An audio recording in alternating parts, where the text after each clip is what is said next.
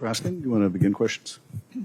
Thank you very much. Ms. Oyer, the DOJ tried to stop you from coming today because they were very eager to silence your voice. You were fired hours after you refused to agree to the Deputy Attorney General's demand that you sign your name to a memo and that you recommend that Mel Gibson, a convicted domestic abuser who also happens to be a friend of Donald Trump and his special ambassador to Hollywood, get all of his gun rights restored. Is that right? That's right.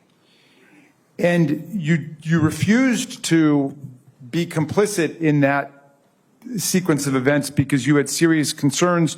You said, quote, he is the profile of exactly who you would not recommend for this type of relief, citing his history of domestic violent abuse, alcohol abuse, and so on. Is that right? That is correct. And you were fired just a few hours after you told the Deputy Attorney General that you could not go along with this request. Within hours, yes. Now they're disputing your account. They're calling you a liar. You filed a FOIA request to demonstrate exactly what happened. Have you gotten the documents back yet? I have not gotten any of the communications between myself and members of Mr. Blanche's staff, which illustrate that everything I have ever said about this matter is true. And we have some of your contemporaneous communications with your own colleagues that corroborate your account. That's right. I did, pursuant to FOIA, get some documents that were in possession of the Office of the Pardon Attorney, and they also corroborate my account. All right. Then they had sent 2 armed marshals to your home to try to intimidate you with a letter telling you not to come today. Why did you decide to come? I came because I don't want to be complicit in what is happening inside the Department of Justice, which is the misuse of the resources of the department to do political favors for friends of the president, for loyalists, and I just don't believe that that's right, and I don't want to be part of it, so I feel that I need to speak up.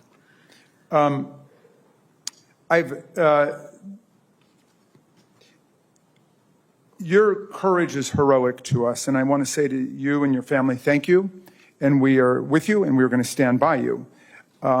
Just this past weekend, we saw another shocking example of retaliation. DOJ suspended the prosecutor who had stated in court that a man, Kilmar Abrego Garcia of Maryland, had been erroneously deported to El Salvador as an administrative error and imprisoned there, where he faces serious danger and gang violence. The judge in the case demanded that the Trump administration seek Garcia's return to the United States, and the administration is, despite confession of its error, arguing to prevent Mr. Garcia's return, saying he's out of the custody of the United States, and they wash the hands of the matter.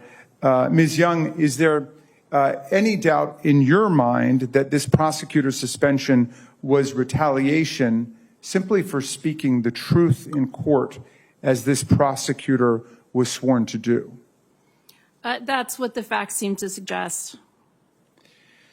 Well, I think that all of these events should stir the conscience of America, and we thank you all for stepping forward now to sound a cry about what's taking place. I yield back to you, Mr. Chairman.